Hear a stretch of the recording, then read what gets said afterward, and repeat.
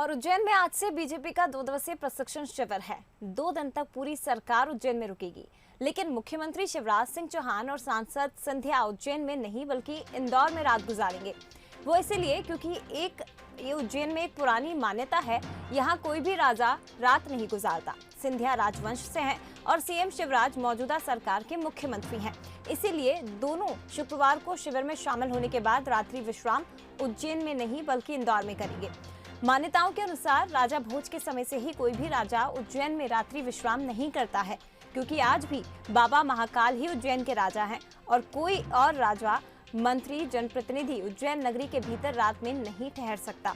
यदि कोई भी राजा, मंत्री यहाँ रात गुजारने की कोशिश करता है तो उसे इसकी सजा भी भुगतनी पड़ती है। आपको बता दें कि देश के चौथे प्रधानमंत्री मोरारजी देसाई जब महाकालेश्वर मंदिर में दर्शन के बाद उज्जैन में एक रात रुके थे तो मोरारजी देसाई की सरकार अगले ही दिन गिर गई थी। इधर उज्जैन में एक रात रुकने के बाद कर्नाटक सीएम वाईएस येदियुरप्पा को भी 20 दिनों के भीतर इस्तीफा देना पड़ा था। सिंधिया भी कभी उज्जैन में रात नहीं रुकते हैं। चलिए, और भी ज्यादा बात करने के लिए उज्जैन से हमारे साथ विशेष संवाददाता जुगल किशोर शर्मा लाइव जुड़ गए हैं। उनका रुख करते हैं। जुगल, मान्यता है और ये मान्यताओं के ऊपर ही डिपेंड करता है, कुछ मानते हैं कुछ नहीं मानते हैं, लेकिन जिन्होंने नहीं माना उसका परिणाम भी उन्हें भुगतना पड़ा है। और अब क्योंकि मुख्यमंत्री शिवराज सिंह चौहान भी, सांसद ज्योतिरादित्य सिंधिया भी यहाँ पहुंचेंगे शिविर में शामिल होने के लिए, लेकिन रात इंदौर में ठहरेंगे।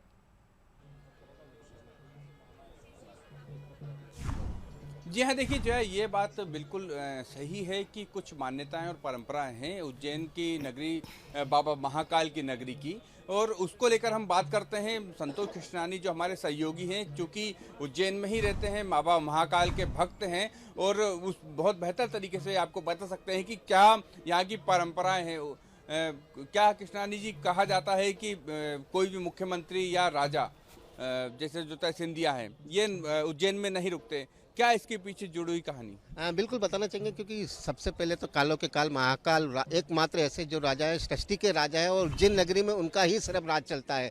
अगर कोई भी प्रदेश का जो मुख्यमंत्री रहता है, अगर वो यहाँ रुकने की कोशिश करता है तो कहीं ना कहीं उनको सत्ता गंवानी पड़ती है, या उनको कहीं आर्थिक नुकसान होता है या पारिवारिक नुकसान होता है। इसी के चलते न मुख्यमंत्री यहाँ रात्रि गुजारते हो। अगर रात्रि गुजारते भी तो उज्जैन का जो बॉर्डर है, वहाँ जो कालियादेव महल है वहाँ रुकते हैं, या इंदौर के आसपास जाके वहाँ रुकते हैं। माना यह भी जाता है कि जो भी मुख्यमंत्री यहाँ रुका है, मुख्यमंत्री रहते हुए, जैसे दिग्विजय सिंह रुके थे तो उनकी सत्ता चली गई, उमा भारती की मुख्यमंत्री थी तब उन्होंने एक रात यहाँ गुजारी थी तो उनकी सत्ता चली गई। तो ऐसे कई तमाम जो मुख्यमंत्री यहाँ अभी तक जो बने हैं, अगर वो महाकाल की नगरी में एक रात भी गुजारते हैं तो कहीं ना कहीं उनको सत्ता का या पारिवारिक नुकसान झेलना पड़ता है। और रही बात सिंधिया जी की, तो सिंधिया एक अपने आप में जो राजघराना चलता है, उनका नाम ही महाराजा से जुड़ा हुआ था, राजा से जुड़ा रहता है।